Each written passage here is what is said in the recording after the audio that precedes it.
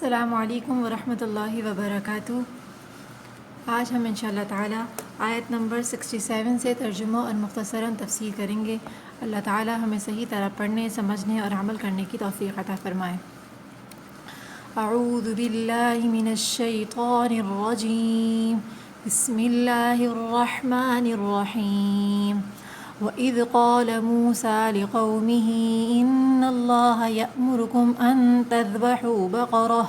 قَالُوا أَتَتَّخِذُنَا هُزُوًا قَالَ أَعُوذُ بِاللَّهِ أَنْ أَكُونَ مِنَ الْجَاهِلِينَ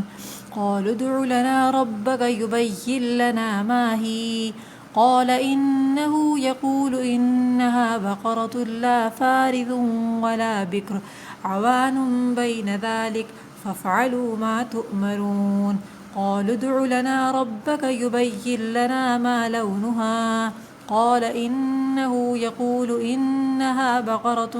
صَفْرَاءُ فَاقِعٌ لَّوْنُهَا تَسُرُّ النَّاظِرِينَ۔ وَإِذْ قَالَ مُوسَىٰ،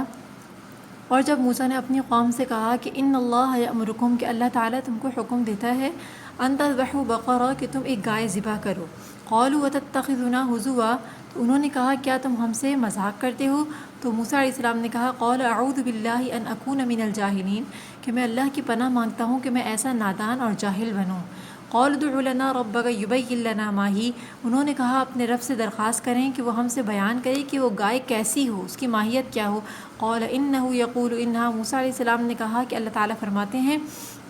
وہ گائے نہ تو بوڑھی ہو ولا بکر، اور نہ ہی بچی ہو، عوان بین ذالک، ان کے بیچ کی ہو۔ ففعلوا ما تؤمرون، پس جو تمہیں حکم کہا گیا وہ کر ڈالو۔ قال ادع لنا ربک یبین لنا ما لونہا، انہوں نے کہا اپنے رب سے درخواست کریں کہ وہ بیان کرے کہ اس کا رنگ کیا ہو۔ تو موسیٰ علیہ السلام نے کہا کہ اللہ فرماتے ہیں کہ وہ گہرے زرد رنگ کی ہو، کہ دیکھنے والوں کی آنکھوں کو اچھی معلوم ہو۔ اس تفسیر میں ایک واقعہ ہے اس میں ایک گائے کا ذکر ہے۔ تو بقرہ کہتے ہیں گائے کو، اسی نسبت سے اس سورت کو سورۃ البقرہ کہا جاتا ہے۔ بنی اسرائیل کے اندر ایک شخص قتل ہو گیا، اور سب لوگ اس کے بارے میں جو ہے نا ایک دوسرے کے اوپر الزام ڈالنے لگے، اور کوئی جو قاتل تھے وہ لوگ آپس میں ایک دوسرے پر الزام ڈالنے لگے، اور پتہ نہ چلتا تھا کہ اس کا قاتل کون ہے۔ تو جب موسیٰ علیہ السلام نے ان کو کہا کہ جب تمہارے اندر یہ جھگڑا ہے تو اللہ پاک تمہیں حکم دیتا ہے کہ تم ایک گائے ذبح کرو، اور گائے ذبح کر کے اس گائے کا جو گوشت ہے نا وہ اس پر مقتول جو لاش ہے اس پر لگاؤ۔ تو جب مقتول کے اوپر اس کا ایک ٹکڑا مارو گے گائے کو ذبح کر کے، تو پھر وہ مقتول خود بتا دے گا کہ میرا قاتل کون ہے۔ تو جب موسیٰ علیہ السلام نے ان سے کہا تو وہ لوگ جو ہے نا ہنسنے لگے کہ کیا تم ہمارے ساتھ مذاق کرتے ہو؟ تو موسیٰ علیہ السلام نے کہا میں اللہ کی پناہ مانگتا ہوں کہ میں جاہلوں میں سے ہوں۔ تو سب سے بڑا نادان اور جاہل تو وہی شخص ہوگا جو اللہ رب العزت کے اوپر جھوٹ باندھ دے۔ تو موسیٰ علیہ السلام نے یہی کہا کہ میں ایسا جاہل اور نادان نہیں ہوں جو اللہ تعالیٰ کے اوپر جھوٹ باندھوں، ایسے نادانوں میں شامل نہیں۔ تو انہوں نے پھر کہا کہ اللہ تعالیٰ سے بیان کریں۔ اب اللہ تعالیٰ نے بس ان کو صرف ایک حکم دیا تھا کہ وہ گائے کو ذبح کر کے اس کا جو ہے نا ایک ٹکڑا اس مقتول پر لگا دیں، مگر ان کی سرزنش کے اندر، ان کے اندر جو ہے نا وہ مین میخ نکالنا اور سرکشی کرنا جو ہے نا وہ ان کی عادت بن چکی تھی بنی اسرائیل کی۔ تو انہوں نے یہاں پر اللہ کا حکم ماننے کے بجائے اس کے بارے میں سوالات کر کر کے اور زیادہ جو ہے نا اس کو اپنے لیے پیچیدہ بنا لیا کہ اللہ تعالیٰ سے پوچھیں کہ اس کا رنگ کیسا ہو۔ تو اللہ تعالیٰ حضرت موسیٰ علیہ السلام نے انہوں نے جب موسیٰ علیہ السلام سے پوچھا کہ اللہ تعالیٰ سے بولیں کہ ہمارے لیے بیان کریں اس کی کوئی نشانی، تو اللہ تعالیٰ نے کہا کہ ایسی گائے ہوگی نہ تو وہ بہت بوڑھی ہو اور نہ بچی، درمیان کی کوئی گائے لے کے اس کو جو ہے ذبح کر لو۔ مگر پھر بھی انہوں نے جو ہے نا اب اللہ نے حکم دیا کہ جو حکم دیا گیا ففعلوا ما تؤمرون، اس کو کر گزرو، مگر پھر انہوں نے دوبارہ سے سوال کیا کہ اللہ تعالیٰ سے پوچھیں کہ اس کا رنگ کیسا ہو۔ تو موسیٰ علیہ السلام نے بتایا کہ اللہ فرماتے ہیں کہ وہ ایسی ہو صفراء، گہرے زرد رنگ کی ہو، کہ دیکھنے والے کو اچھی معلوم ہو۔ اب ان کو چاہیے تھا کہ دو باتیں پتہ چل گئیں تو اب کوئی زرد رنگ کی لے لیں، لیکن پھر انہوں نے اللہ تعالیٰ سے، موسیٰ علیہ السلام سے کہا کہ اللہ تعالیٰ سے پوچھیں کہ وہ کیسی ہو۔ تو آگے فرمایا قال ادع لنا ربک یبین لنا ما ہی، تو وہ پھر کہنے لگے کہ انہوں نے کہا کہ اپنے رب سے درخواست کریں کہ وہ ہم سے بیان کرے دوبارہ کہ وہ کیسی ہو۔ تو موسیٰ علیہ السلام نے فرمایا ان البقرہ تشابہ علینا وانا ان شاء اللہ لمہتدون، کہ انہوں نے فرمایا، موسیٰ علیہ السلام نے فرمایا کہ اللہ تعالیٰ فرماتے ہیں کہ بے شک وہ گائے تشابہ علینا، مطلب جب موسیٰ علیہ السلام نے ان سے یہ کو بتا دیا دو باتیں، تو وہ کہنے لگے کہ آپ دوبارہ بیان کریں، اس لیے کہ اس نے تو ہمیں شبے میں ڈال دیا کہ وہ کیسی ہو۔ وَإِنَّا إِن شَاءَ اللَّهُ لَمُهْتَدُونَ، اور اللہ نے چاہا تو ہم راہ پالیں گے، مطلب ان شاء اللہ تعالیٰ ہم وہ کر گزریں گے۔ آپ دوبارہ اللہ سے پوچھیں کہ قال انه يقول انها بقرة لا ذلول تثير الارض ولا تسقي الحرث مسلمة لا شية فيها۔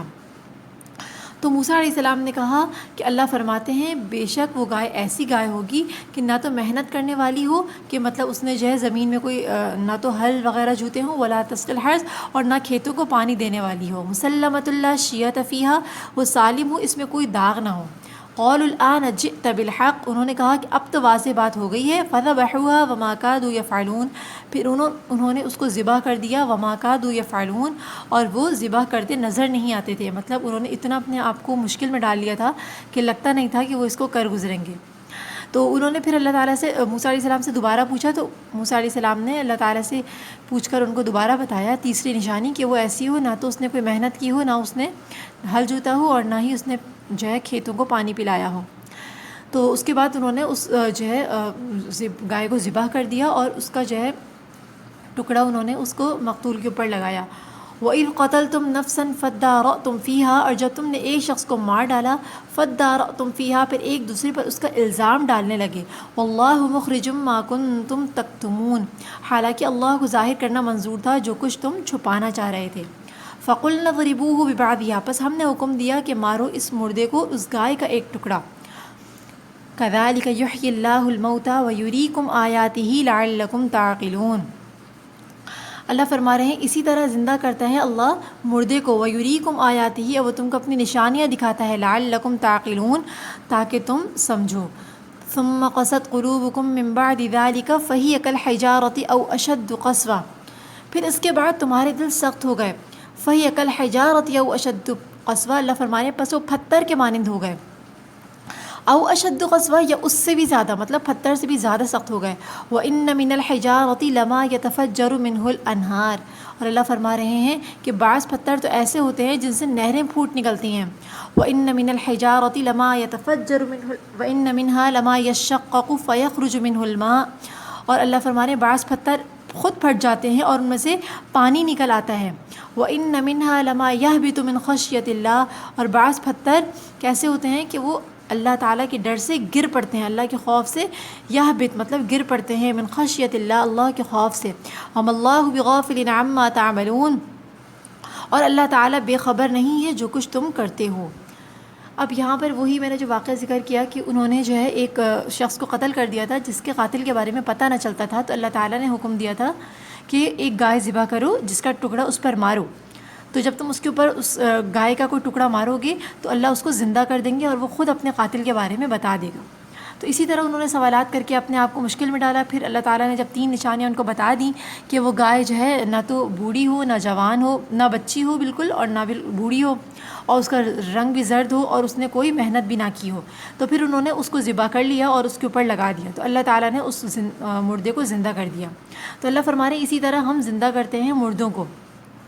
اور اس اللہ تعالیٰ کی ان باتوں کے اندر نشانیاں ہیں تاکہ تم سمجھو۔ اب کیا ہوا کہ اللہ تعالیٰ نے ان کے اوپر اتنی کھلی نشانیاں اور جو ہے کس مردے کو زندہ کر کے بھی یہ دکھا دیا کہ قیامت کے دن بھی اللہ پاک تمہیں دوبارہ زندہ کرنے پہ قادر ہیں، اور کس طرح اللہ تعالیٰ تمہیں دوبارہ زندہ کر دیں گے اور ساری چیزوں کا اللہ حساب کتاب لیں گے۔ تو اتنی نشانیاں دیکھنے کے بعد ہونا تو یہ چاہیے تھا کہ بنی اسرائیل کو اللہ تعالیٰ کے حکم کو پر عمل کرنا چاہیے تھا اور فرما بردار بن جانا چاہیے تھا، مگر انہوں نے پھر دوبارہ کیا ہوا کہ ان کے دل سخت ہو گئے، اور اللہ فرما رہے ہیں کہ اتنے سخت کہ گویا کہ پتھروں سے بھی زیادہ، مطلب پتھر بھی بعض اوقات ایسے ہوتے ہیں جن سے نہریں پھوٹ نکلتی ہیں، جیسے انہی کے لیے اللہ تعالیٰ نے بنی اسرائیل کے لیے پہلے ہم نے پڑھا تفسیر میں کہ 12 چشمے نکال دیے تھے اللہ تعالیٰ نے۔ تو بعض پتھر تو ایسے ہوتے ہیں جن میں سے نہریں نکل پڑتی ہیں، اور بعض ایسے ہوتے ہیں کہ وہ جو ہے خود پورے شق ہو جاتے ہیں اور ان میں سے کچھ نہ کچھ پانی نکل آتا ہے، اور بعض پتھر ایسے ہوتے ہیں کہ وہ اللہ کے خوف سے گر پڑتے ہیں۔ تو بعض لوگ اس کے اوپر وہ کرتے ہیں کہ پتھر تو بے جان ہیں، لیکن اللہ تعالیٰ نے خود قرآن مجید کے اندر جو ہے کئی جگہ پہ فرمایا ہے کہ اللہ تعالیٰ کی ساری مخلوقات جو ہے نا وہ اللہ تعالیٰ کا ذکر کرتی ہیں، مگر تمہیں شعور نہیں. جیسے بنی اسرائیل، سورہ بنی اسرائیل کے اندر اللہ تعالیٰ فرماتے ہیں وَإِن مِّن شَيْءٍ إِلَّا يُسَبِّحُ بِحَمْدِهِمْ وَلَٰكِن لَّا تَفْقَهُونَ تَسْبِيحَهُمْ، کہ اللہ فرماتے ہیں کہ اللہ تعالیٰ کی ہر چیز جو ہے وہ تسبیح کرتی ہے مگر تمہیں اس کا علم نہیں. اور آج کی سائنس بھی یہ کہتی ہے کہ ہر بے جان چیز کے اندر بھی کچھ نہ کچھ شعور ہوتا ہے. تو اللہ تعالیٰ کے قرآن کی آیات سے ہمیں پتہ چلتا ہے کہ جیسے قرآن مجید میں ایک جگہ اللہ نے فرمایا کہ لو انزلنا هذا القرآن على جبل لرأيته خاشعا متصدعا من خشية اللہ. اللہ فرماتے ہیں کہ اگر یہ قرآن ہم نے کسی پہاڑ پر اتارا ہوتا تو آپ دیکھتے کہ وہ اللہ کے خوف سے جو ہے نا وہ خشیت سے، اللہ کا خوف اس کے اوپر اتنا ہوتا، خاشعا متصدعا من خشیت اللہ، اللہ کے خوف کا اثر آپ اس کے اوپر دیکھتے. تو اتنی مطلب اللہ فرما رہے ہیں کہ یہ جو پہاڑ اور یہ جو پتھر ہیں یہ بھی اللہ کے خوف سے جو ہے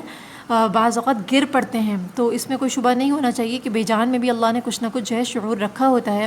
وما اللہ بغافل عما تعملون، اور اللہ تعالیٰ فرما رہے ہیں کہ اللہ تعالیٰ غافل نہیں ہے جو کچھ تم کرتے ہو. مطلب ہمارے جو بھی اعمال ہیں وہ اللہ پاک کی نظروں سے اور اللہ تعالیٰ کے علم سے جو ہے نا وہ باہر نہیں ہے، بلکہ اللہ تعالیٰ نے ہمارے تمام اعمال کا احاطہ کیا ہوا ہے. اور اللہ آگے جو ہے اس کا الگ جو ہے واقعہ بیان ہو رہا ہے اور الگ ایک وہ ہے، تو انشاءاللہ تعالیٰ اگلی تفسیر میں ہم اس کو ذکر کریں گے. اللہ تعالیٰ قرآن مجید کو صحیح سمجھنے، سننے، عمل کرنے اور اس کو صحیح طرح پڑھانے کی توفیق عطا فرمائے. وآخر دعوانا ان الحمد للہ رب العالمین. السلام علیکم ورحمۃ اللہ وبرکاتہ.